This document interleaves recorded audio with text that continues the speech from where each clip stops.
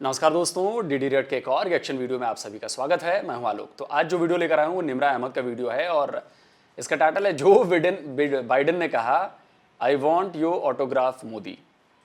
अच्छा जी, तो शायद ये उस वक्त की बात हो रही है कि जब G7 की जो मीटिंग थी उसमें पीएम मोदी को इन्वाइट किया गया था, जापान में जो हो रही थी, और वहाँ पर पीएम मोदी गए और वहाँ पर जो बाइडेन आए, पीएम मोदी बैठे हुए थे, आए, उनसे मुलाकात की, गले लगे, कुछ कुछ बातें हुई और जो उसके बाद जो छनकर बात सामने आई तो बाइडेन ने मोदी जी से ये कहा कि भाई आपके लिए जो हमने डिनर का आयोजन किया है, जब आप यूएस आ रहे हैं तो वहाँ पर मेरे पास इतनी ज़्यादा भीड़ हो गई है, टिकट्स के मेरे पास कॉल आ रहे हैं, मेरी टीम परेशान हो गई है, टिकट अरेंज नहीं कर पाएंगे, आप बड़े पॉपुलर हैं भाई आप हमारे यहाँ।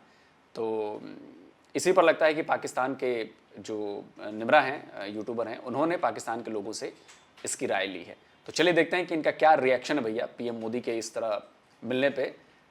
अब सोचिए ये वही बाइडेन है जिनके एक कॉल के इंतजार में इनके एक्स पीएम बेचारे 3.5 साल शासन करने के बाद इमरान खान चले गए, लेकिन बाइडेन की कॉल नहीं आई बेचारे के पास। चलिए भाई देखते हैं। नेक्स्ट मंथ जो है वो नरेंद्र मोदी यूएस का भी विजिट करने वाले हैं और जो बाइडेन ने ये बोला है कि हमारा जो यहाँ पे स्टेडियम है, मुझे इतनी एप्लीकेशंस आ रही हैं, मुझे ये लग रहा है कि हमारे स्टेडियम में जगह नहीं रहेगी, इतने लोग आएंगे आपको देखने के लिए। क्या कहेंगे इसके बारे में? जो बाइडेन खुद कह रहे हैं सुपर पावर जिसके हाथ में है, जो बाइडेन के हाथ में है, वो खुद उनको प्रेस करे। अगर हम अपने लीडर्स की बात करें तो हमारे लीडर्स को इंटरनेशनल मीटिंग्स में इस वक्त इन्वाइट भी नहीं किया जा रहा। किस तरीके से कंपेरिजन होगा? देखिए, पाकिस्तान सबसे बड़ा जो ख़रीदार है वो इन्हीं ममालिक का है। आप ये टोयोटा करोला को देख लें, सुजुकी, ये हम सब जापान से मंगवाते हैं, ऐसा ही है। ज़्यादातर हम अमेरिका से मंगवाते हैं, यूरोपीय यूनियन से हम सब कुछ वैसे ही मंगवाते हैं। ठीक है, थोड़ा सा इधर बस ठीक है। तो जो मुझे लग रहा है कि दो इसके बेसिक फार्मूला है, एक तो खुददारी और दूसरी एहसास है। ओके। इंडिया खुद मैन्युफैक्चरर बन रहा है और वो अपनी खुददारी बढ़ा रहा है, मेड इन इंडिया बढ़ा रहा है, हम मेड इन पाकिस्तान नहीं बढ़ा रहे।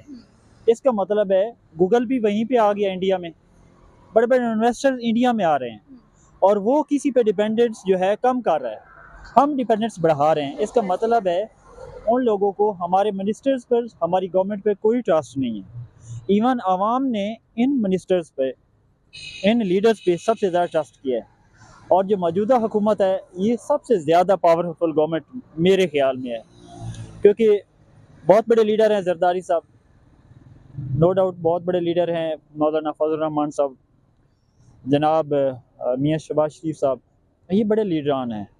अगर मैं मतलब गैर जानबदार हो के बात करूं, लेकिन अगर ये एहसास कर लेना थोड़ा सा कि हम मुल्क को कौम के लिए क्या कर रहे हैं, सही है। तो हमारा मुल्क दुनिया का ताकतवर तरीन मुल्क हो जाए। Law and enforcement situation India की पाकिस्तान से भी बदतर है, लेकिन फिर वो इंडिया को क्यों तरजीह दे रहे हैं? क्योंकि उनकी खुददारी बढ़ रही है। भाई साहब, एक तरफ आप कह रहे हैं कि लॉ और इन्फोर्समेंट जो है वो इंडिया की बहुत ज़्यादा ख़राब है, इसके बाद भी लोग वहाँ पे अपने आप को सिक्योर फील कर रहे हैं। मतलब ये तो आपस में आप ही वकील टाइप के लग रहे हैं, तो ये कॉन्ट्राडिक्ट बातें क्यों कर रहे हैं आप? आपको तो और ज़्यादा अच्छे तरह से पता होनी चाहिए चीज़ें कि अगर जहाँ पे लॉ एंड ऑर्डर ख़राब होगा वहाँ पे बाहर तो छोड़िए, लोकल लोग भी जो आजू बाजू से आते हैं वो भी आने में मुश्किल उनको पेश आएगी। आप इंटरनेशनल इन्वेस्टर की बात कह रहे हो, सारी बड़ी कंपनीज हमारे यहाँ इन्वेस्ट कर रही हैं, सारी बड़ी कंपनीज के दफ्तर हमारे यहाँ खुल चुके हैं, फैक्ट्रीज खुल रही हैं, उनकी मैन्युफैक्चरिंग यूनिट्स लग रही हैं, और ये बिना लॉ एंड ऑर्डर के ही हैं। कैसे आप लोग कर लेते हो ये सब? कैसे, मतलब ये जानते हुए भी कि ये बड़ा ही वाहियात सा लॉजिक है, ये कैसे आप लोग बोल भी पाते हो? इसीलिए हर जगह आप लोग केस हार जाते हो इंटरनेशनल फोरम पे। सबसे ज़्यादा मैन्युफैक्चरिंग इंडिया की, जीडीपी आगे इंडिया का, इसका मतलब है इंडिया जो है वो अपनी इकानमी को बूस्ट कर रहा है। अवाम ने जो इन लीडरान पे ट्रस्ट किया है, मैं इन पे तनकीद नहीं कर रहा, मैं इन्हें ये कह रहा हूँ कि पाकिस्तान बड़ा है इस्लाम के नाम पे, और इसका मतलब ये है कि हाकमियत आला मेरे अल्लाह के हाथ में है। इन्हें थोड़ा एहसास कर लेना चाहिए कि वो जो कुर्सी देता है वो भी ले भी सकता है। आवाम के लिए कुछ करें, खुददारी बढ़ाएं जिस तरह इंडिया ने बढ़ाई है। अब सारे कंट्रीज इंडिया के पीछे हैं, पाकिस्तान के पीछे इसलिए नहीं है कि उनको पाकिस्तानी गवर्नमेंट पर ट्रस्ट नहीं रहा, क्योंकि ये अवाम से ज़्यादा अपने बारे में सोचते हैं। सबसे पहली बात कि उनका जो मीडिया है वो बड़ा पॉजिटिव रोल अदा करता है। वो अपनी छोटी सी उनकी कोई चैरिटी भी हो वो बढ़ा चढ़ा के पेश करता है। हम दुनिया के सबसे बड़े चैरिटी करने वाले मुल्क हैं, लेकिन हमें दिखाया नहीं जाता। चैरिटी लेने वाले या चैरिटी देने वाले? चैरिटी देने वाले भी पाकिस्तान में सबसे ज़्यादा है। लोग, नॉट गवर्नमेंट। जी जी, आप ठीक कहती हैं। लोग चैरिटी देने वाले, कैसी बातें कर रहे हैं आप? सऊदी अरब से ज़कात के चावल आते हैं, तो आपके यहां चावल लोग खाते हैं। सऊदी अरबिया से ज़कात का चावल आता है, आप चैरिटी की बात कर रहे हो? आपकी सरकार ने टर्की में भूकंप आया, वहां पर वही चीज भेज दी जो टर्की ने उसे भेजी थी बाढ़ के दौरान मदद करने के लिए, और आप कहते हो कि आप लोग बहुत ज्यादा चैरिटी करते हो। तुर्की से एक अजीबो गरीब किस्म की खबर आई। अच्छा, वहां सामान पहुंचाइए सिंध से शायद, और वहां सामान पहुंचा, उसके ऊपर लिखा हुआ गवर्नमेंट ऑफ सिंध, हुकूमत पाकिस्तान टैग लगा हुआ। उन्होंने जो खोला है तो अंदर से वो निकला है पैकेट के, तुर्की की तरफ से मोहब्बत के साथ जो सैलाब के दिनों में भेजा था उन्होंने सामान, वही पैकेट पैक करके भेज दिया। शर्मिंदगी की बात है। मकसद, अब मुझे नहीं पता वहां का मीडिया रिपोर्ट करता है या लिहाज करता है हमारा, ठीक है ना। ये वहां के कौंसलेट जनरल को किसी को खबर दी है, तो कितनी क्या एम्बैरेसिंग सिचुएशन है। आप अगर चैरिटी करते हो तो ये बताओ कि 75% लोग आपके यहां गरीब क्यों हैं? आप चैरिटी करते हो, कहां करते हो चैरिटी, किधर करते हो चैरिटी? ये बाईं जेब से निकाल कर और दाईं जेब में रख देते हो और बोलते हो जी चैरिटी हो गई। शर्म नहीं आती आप लोगों को ऐसी बातें करते हुए? अगर आप सबसे बड़े चैरिटी करने वाले होते तो कहीं तो नाम आता। आपको पता है हमारा टाटा ग्रुप 100 सालों में सबसे ज्यादा चैरिटी करने वाला ग्रुप है, और यह वर्ल्ड रिकॉर्ड है, दुनिया भर में इसकी तारीफ होती है। टाटा ग्रुप 100 साल में सबसे ज्यादा चैरिटी करने वाला संस्थान बना है, इंडियन संस्थान है। आप चैरिटी की बात करते हो? हमारे यहां बड़ी बड़ी कंपनीज है, वो लोग चैरिटी कर देते हैं ऐसे ही, और उनका नाम है पूरी दुनिया में चैरिटी के मामले में। कहां है पाकिस्तान का नाम? आप कहीं तो दिखाओ, एक लिंक दिखाओ, एक सबूत दिखाओ, कुछ तो बताओ, कोई एक नाम तो बताओ। हवाई बातों में तो भाई कोई मुकाबला नहीं है यार, पाकिस्तानियों का कोई मुकाबला नहीं। दूसरा उनका ये है कि जो मोदी साहब हैं वो इकोनॉमिक पे बड़ा फोकस कर रहे हैं। उनकी हर गवर्नमेंट का ये गोल होता है कि इकोनॉमिक्स जो है बढ़े, जीडीपी बढ़े, R&D डेवलपमेंट उनका जो प्रोग्राम है, मैं उनको स्पेशल सल्यूट करता हूँ, मैं अप्रिशिएट करता हूँ। हमारे जो R&D है वो तो बड़ा नाम है मैडम, ब्यूरोक्रेट से आप बात करके तो देख लें, R&D का सोचते भी नहीं है। और ये चारों तरफ जो डिपेंडेंस है उन्हीं ममालिक पे हैं। पंजाबी में कहावत है ना, जिनके घर दाने उन्होंने कमले भी सियाने। हमारे घर तो ये मतलब ये खुदारी है ही नहीं, मेड इन है ही नहीं। उन्हें पता है ये बेकारी हैं, ये लोन लेकर वापस ही नहीं करते। इनको हम फंड देते हैं तरक्याती नाम पे, ये खुद खा जाते हैं, जल्जला के नाम पे ये खुद खा जाते हैं। तो इनकी से हट कर अभी भी वक्त है। सबसे पावरफुल गवर्नमेंट ये है, इन्हें चाहिए एहसास करे, खुददारी बढ़ाए। सबसे बड़ा सोर्स हमारे पास आबादी का है, नौजवान नस्ल का है, यंग जनरेशन को काम पे लगाए, मेड इन पाकिस्तान बढ़ाए। ये देखे ये ममालिक हमारे पीछे होंगे अब, क्योंकि मोदी साहब के पीछे इसलिए क्योंकि उनका R&D मजबूत है, वो रिसर्च पे काम कर रहे हैं, वो इकनॉमी पे काम कर रहे हैं। और सबसे ज़्यादा वो कहते हैं कि हमारी जो जमहूरियत है वो दुनिया की सबसे बड़ी डेमोक्रेसी है। और हमारा वो मजाक बनाते हैं कि आपके तो पायलट PIA के जहाज़ बाहर के ममालिक में बेच कर आ जाते हैं, आपकी तो इदारे भी मजबूत नहीं है, जमहूरियत तो बड़ी दूर की बात है। ये वजह है सर। तो पाकिस्तान लिटरली एक डेमोक्रेटिक कंट्री है? जी बिल्कुल, ऑफ कोर्स पाकिस्तान एक इस्लामी डेमोक्रेटिक कंट्रीज है, इसमें कोई शक नहीं है। तो यहाँ कहाँ पे डेमोक्रेसी नज़र आ रही है? देखें जो असेंबली में बैठे हैं हमारे वोटों से भी बैठे हैं, हम आवाम उन्हें सेलेक्ट करती है, वोट देती है, इसलिए तो वो असेंबली में बैठे हैं। ओके सर, यहाँ मैं आपसे एक सवाल ये पूछना चाहूँगी, आपको क्या लगता है कि अगर हम पाकिस्तान की बात करें तो पाकिस्तान कब उस स्टेज पर पहुँचेगा जब हमें भी इंटरनेशनल इन्विटेशंस मिले, जब हम भी इंटरनेशनल लेवल पर जाकर अपनी कंट्री को रिप्रेजेंट करें और हमारे प्राइम मिनिस्टर्स के लिए भी लोग ये बोलें कि हमें आपका ऑटोग्राफ चाहिए या you are too famous in the world? वो यहाँ पे एक मैं शेर कोट करूँगा, खुद ही को कर बुलंद इतना कि हर तकदीर से पहले खुदा बंदे से खुद पूछे बता तेरी रज़ा क्या है। जो ईगल होता है ना जी, उसको बारिश पसंद नहीं होती। जिस वक्त बारिश होती है ना, वो बादलों से ऊपर चला जाता है। हमारे पास सबसे बड़ा सोर्स मैं फिर कहूँगा यंग जनरेशन है, इनको काम पे लगाएं। ये यंग जनरेशन तो सर पाकिस्तान छोड़ के जा रही है। 8 लाख पाकिस्तानी पाकिस्तान छोड़कर चला गया, पढ़ा लिखा नौजवान। नहीं, माशाल्लाह अभी भी 8 करोड़ नौजवान बाकी हैं, कोई मसला नहीं है। अगर करोड़ भी चला जाए तो कोई इशू नहीं, पाकिस्तान में आबादी की कोई कमी नहीं है।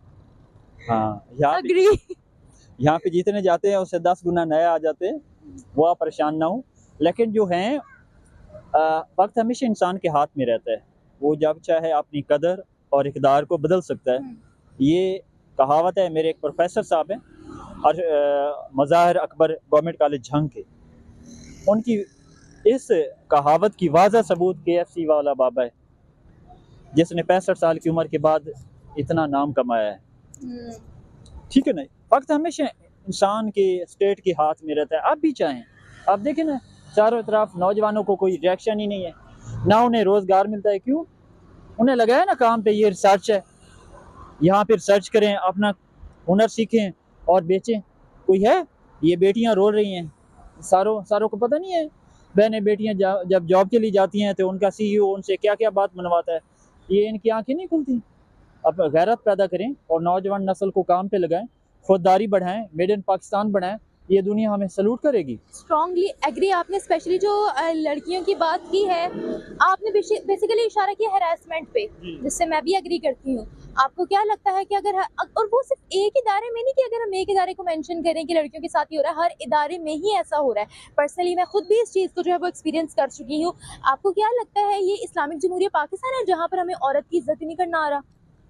जी मैडम, आप दुरुस्त फरमा रही हैं कि बहनें बेटियाँ देखें, कुछ लड़कियों के भाई नहीं होते, कुछ लड़कियों के पेरेंट्स ज़िंदा नहीं होते हैं, उनके ऊपर जिम्मेदारियाँ होती हैं। फिर जब वो जॉब करने जाती हैं तो उनसे वो बातें मनवाई जाती हैं और मजबूरन फिर वो इस रास्ते पे चल निकलती हैं। और हमारे जो बड़े हैं, आप देखें, जो सरबराहान हैं, उन्हें चाहिए इसका सदेबाब करें, मीडिया को चाहिए इसके सदेबाब करें।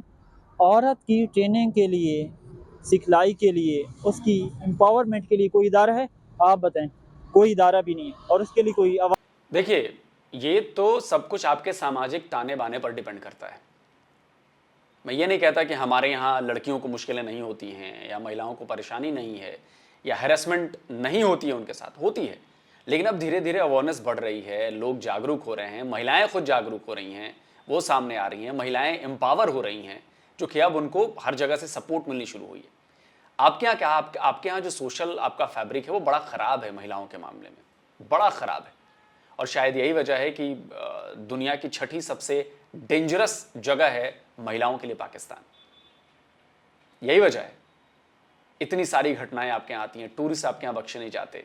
शायद इसलिए यही वजह है, क्योंकि जेंडर इंडेक्स की जब आप बात करेंगे, जब जेंडर इक्वालिटी की बात करेंगे, तो दुनिया का दूसरा सबसे खराब मुल्क है आपका पाकिस्तान, जहां पे औरतों और मर्दों को बराबरी नहीं है, दूसरा सबसे खराब है। और ये बहुत कुछ आपके सामाजिक ताने बाने में, आपका कुछ चीजें इसमें रिलीजन से जोड़ दी जाती हैं, तो बहुत सारी चीजें हैं, आप लोग उसका फायदा उठाने लगते हो। लेकिन आई डोंट नो कि आगे क्या होगा आप लोगों का, क्योंकि हालात बद से बदतर होते जा रहे हैं। लड़कियां अगर कोशिश करें भी तो वहां पे बहुत मुश्किल है उनके लिए सरवाइव करना, बहुत मुश्किल है। कोई आवाज भी नहीं निकाल रहा, और वो बेचारी मारी मारी इनके पास जाती है और वो उसे हिरासमेंट करके, औरत जब पकड़ती है ना तो पूरा मुआशरा बिगड़ता है। आप हमारे अदालतों में आके देखें, आए रोज इतनी तलाकें, हम तलाक का केस लेकर हमारे हाथ पांव कांप जाते हैं। और सबसे बड़ी बात सर, हमारा मुल्क ज़राअत का मुल्क था, बैकबोन हमारी एग्रीकल्चर थी, बट आज एग्रीकल्चर में भी हम बहुत से प्रोडक्ट्स, गंदम हम बाहर से इंपोर्ट कर रहे हैं। तो ये हाल हो गया है हमारा। आपको क्या लगता है कि कितने अरसे में पाकिस्तान जो है वो डेवलपमेंट की रेस में आगे आएगा? कितना अरसा लगने वाला है? पाकिस्तान एक ज़रूरी मुल्क है, गंदम की ये खुद स्मगल कर देते हैं। पाकिस्तान में बहुत ज़्यादा गंदम वाफिर मिकदार में, चावल वाफिर मिकदार में। हम ऐसा होता है जिस वक्त गंदम की प्रोडक्शन होती है वो 3,000-3,500 रुपये ले लेते हैं, और जब गंदम किसान सेल कर देता है तो यही फिर डबल कीमत फिर मार्केट में आ जाती है। ज़ख़ीरा अंदोज़ बैठे हैं, उनके ऊपर कोई चेक एंड बैलेंस नहीं है। एक ही बात कहूँगा कि किसी मुल्क के सरबराह को उन्होंने कहा था कि आपके मुल्क में ना बगावत हो रही है। उसने कहा था कि मुझे ये एक बात बताओ कि हमारी अदालतें आज़ाद हैं, हमारी अदालतें किसी के असर में फ़ैसला तो नहीं कर रही? उन्होंने कहा नहीं, ये अदालतें आज़ादी से फ़ैसला कर रही हैं। उन्होंने कहा फिर मुझे कोई ख़तरा नहीं। यहाँ पे हमारी अदालतें आज़ाद नहीं हैं। हम अदालतों के ऊपर इतना प्रेशर डाल देते हैं और इतना उन्हें हरासमेंट करते हैं कि वो बेचारे मजबूर होके फिर न्यूट्रली फैसला नहीं दे सकते। ठीक हो गया सर। बहुत अच्छा लगा आपसे बात करके, आपके रिव्यूज बहुत मैटर करते हैं। Thank you so much for your precious time. शुक्रिया आपका। सो व्यूवर्स, ये थी हमारी आज की वीडियो। होप सो आपको हमारी वीडियो पसंद आई होगी। अगर वीडियो पसंद आई हो तो कमेंट सेक्शन में लाजमी बताएगा। अगर अभी तक आपने मेरे चैनल को सब्सक्राइब नहीं किया तो लाइक, सब्सक्राइब, कमेंट, शेयर करना ना भूलिए। इसी के साथ साथ मुझे दीजिए इजाजत। मैं मिलूंगी आपसे एक नई वीडियो, एक नए कंटेंट के साथ। तब तक के लिए अल्लाह हाफिज। चलिए दोस्तों, वीडियो ख़त्म हो गया और इनकी बातें आपने सुन ली। बातों से तो वही है, ये एक नॉर्मल पाकिस्तानी है, इनमें कोई बहुत ज़्यादा ज्ञान नहीं है। कुछ बातें जो पाकिस्तान के लिए कही उन्होंने ठीक कही, लेकिन कुल जमा जो बात है ना, कुल जमा बात ये है कि पाकिस्तान की इस हालत के लिए ज़िम्मेदार कौन है? आप कहते हैं कि जी सियासतदान ज़िम्मेदार हैं, कुछ कहते हैं कि जी आर्मी ज़िम्मेदार है, ये ज़िम्मेदार है, वो ज़िम्मेदार। मैं कहता हूँ कि आप ज़िम्मेदार हैं, पाकिस्तान की आवाम ज़िम्मेदार है। पाकिस्तान की आवाम देखती रही कि गलतियां हो रही हैं। पाकिस्तान की आवाम ने उसका प्रोटेस्ट नहीं किया, पाकिस्तान की आवाम ने उसका विरोध नहीं किया, पाकिस्तान की आवाम ने रोका नहीं अपने इदारों को कि जी दिक्कत हो रही है। दूसरी बात, पाकिस्तानी बातें बनाने में बड़े गजब के हैं भाई साहब। बातें बनवा लो बस उससे, बाकी कुछ ना बनवाओ, बातें बनवा लो। इतनी बातें बना देंगे कि जी फलाना राजा था तो उसने कहा जी अदालतें ये हैं और वो हैं। अरे भाई, तो आपने क्या किया उन चीजों को ठीक करने के लिए? आपको तो जहां कुछ रुपया दिख जाएगा आप अपना मुंह बंद कर लेंगे। और हर पाकिस्तानी ये कहता है कि हमें जज्बा बहुत है, कलमे की ताकत पे बने हैं, हम तो ईमान बहुत है। और सबसे ज्यादा बेईमान और भ्रष्ट पाकिस्तान में है लोग। मैं नहीं कहता कि इंडिया में बेईमानी नहीं है या इंडिया में करप्शन नहीं है, यहां भी है, लेकिन अगर आप उसका अनुपात देखेंगे तो पाकिस्तान एक छोटा मुल्क होते हुए भी ज्यादा करप्ट है। हम तो फिर भी 130-135 करोड़ की आबादी वाला देश हैं।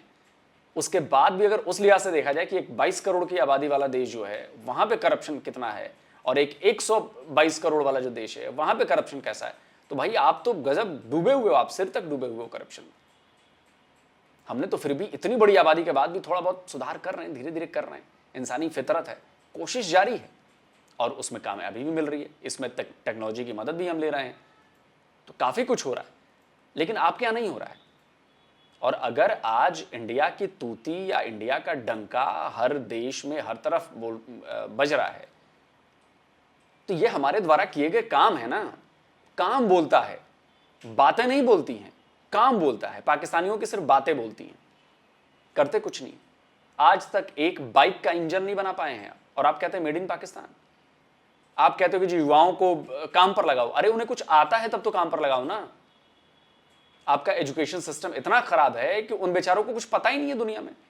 दुनिया 100 साल आगे चली गई है, आप 100 साल पुरानी चीज पढ़ा रहे हो। कहां से करेगा, उसमें स्किल कहां से आएंगे? नहीं आएंगे। और जो थोड़े बहुत लोग पढ़ रहे हैं वो पाकिस्तान से कल्टी, उनको पता है कि पाकिस्तान डूबता हुआ जहाज है, वो पाकिस्तान से कल्टी, लेकिन इस पर कोई फोकस नहीं करेगा। अभी ऑस्ट्रेलिया में पीएम मोदी पहुंचे हैं और वहां पर जिस तरह से उनका स्वागत किया गया, और खुद वहां के जो पीएम हैं उन्होंने कहा कि आप बॉस हैं, आप नए लीडर हैं। सुनिए जरा।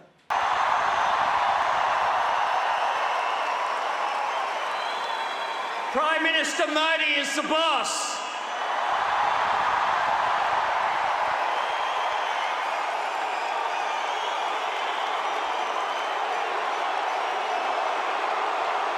तो ये है हमारे देश के पीएम का स्ट्रक्चर, उसका कद। अभी कद की बात हुई है, मैं आपको एक बड़ा इमोशनल सा वाकया बताने वाला हूं। पपुआ न्यू गुनिया जो है वो उसके पीएम, वो पैर छू लिए उन्होंने नरेंद्र मोदी के उन्होंने पैर छू लिए। अब बड़ा क्रिटिसिज्म हो रहा है, लोग कह रहे हैं अरे देखो पैरों पर पड़ गया। जी नहीं, हमारे यहां तो ये परंपरा है ना, हमारे सनातन धर्म में ये परंपरा है। हम जहां जाते हैं अपने बड़ों के पैर छूते हैं, आशीर्वाद लेते हैं कि जी आपका हाथ हमारे ऊपर बना रहे, आशीर्वाद दीजिए, साथ बना रहे, लगे कि हाँ। तो उन्होंने वही किया, क्योंकि वो संबंध बड़े पुराने हैं, उधर से संबंध जो हैं वो बड़े पुराने हैं, इसलिए तो ये चीज अर्न करनी पड़ती है। ये न पैसे से मिलेगी, न जोर जबरदस्ती से मिलेगी, न बंदूक के दम पर मिलेगी, इज्जत कमानी पड़ती है। तो इंडिया वालों ने इज्जत कमाई है, पाकिस्तान वालों ने गंवाई है, इसीलिए आज पूरी दुनिया पाकिस्तान को भिखमंगा कहती है। ये समझने वाली बात है। चलिए जल्दी मिलता हूं एक और नए वीडियो के साथ। नमस्कार, जय हिंद।